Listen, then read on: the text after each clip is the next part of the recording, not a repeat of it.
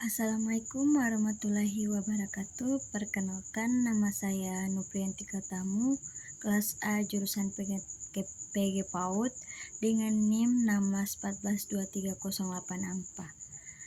Tujuan membuat video yaitu memenuhi tugas bahasa Indonesia dengan dosen pengampu Ibu Vidyawati Monoarfa MPD. Baiklah, saya akan menjelaskan materi pertama, yaitu sejarah perkembangan bahasa Indonesia. Perkembangan bahasa Indonesia selalu memiliki keunikan tersendiri.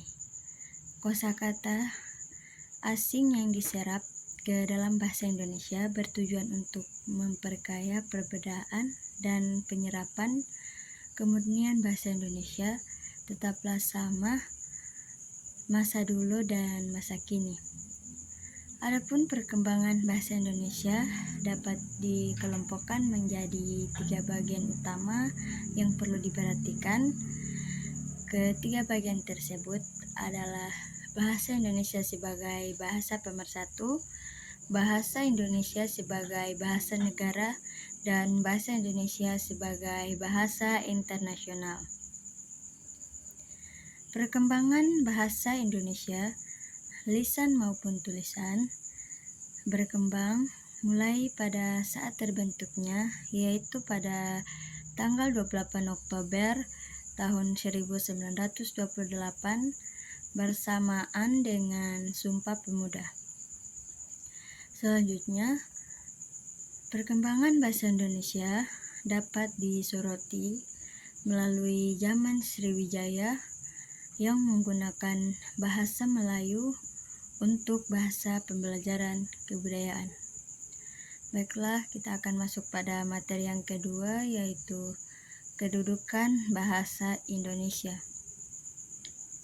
Bahasa Indonesia memiliki kedudukan sebagai nasional yang didasarkan dengan Sumpah Pemuda pada tanggal 28 Oktober tahun 1928,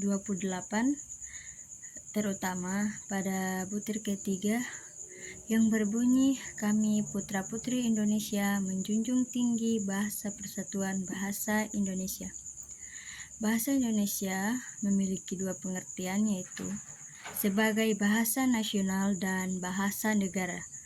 Sebagai bahasa nasional, bahasa Indonesia memiliki beberapa fungsi sebagai lambang kebanggaan nasional, yang artinya bahwa bahasa Indonesia mencerminkan nilai-nilai sosial budaya yang mendasari rasa kebanggaan bangsa Indonesia. Fungsi kedua dari bahasa Indonesia dalam kedudukannya sebagai bahasa nasional, sebagai lambang jati diri atau identitas nasional. Fungsi yang terakhir yang dimiliki bahasa Indonesia sebagai bahasa nasional adalah sebagai alat penghubung antar budaya dan antar daerah, yang artinya bahwa dengan adanya bahasa Indonesia, bangsa Indonesia menaklukkan kepentingan nasional ketimbang kepentingan daerah, suku, ataupun golongan. Baiklah, kita masuk pada materi ketiga, yaitu fungsi bahasa Indonesia. Bahasa Indonesia sendiri memiliki fungsi sebagai bahasa resmi pembangunan kebudayaan. Dalam hal ini, bahasa Indonesia berperan sebagai media pengembangan dan pelestarian budaya nasional, bahasa resmi kenegaraan, bahasa pengantar di dunia pendidikan. Fungsi bahasa Indonesia sebagai bahasa negara cukup beragam. Bahasa Indonesia sendiri merupakan bahasa nasional yang berasal dari bahasa Melayu. Bahasa Indonesia ini resmi ditetapkan sebagai bahasa negara pada tanggal 18 Agustus 1945 dalam kedudukannya sebagai bahasa negara. Fungsi bahasa Indonesia adalah sebagai bahasa resmi kenegaraan, bahasa pengantar pendidikan, alat penghubung tingkat nasional, dan alat pengembangan kebudayaan, ilmu pengetahuan, serta teknologi. Adapun fungsi secara khusus yaitu mengadakan hubungan dalam pergaulan sehari-hari, mempelajari bahasa Indonesia, dan mengeksploitasi iptek. Selanjutnya masuk pada materi keempat, yaitu manfaat belajar bahasa Indonesia.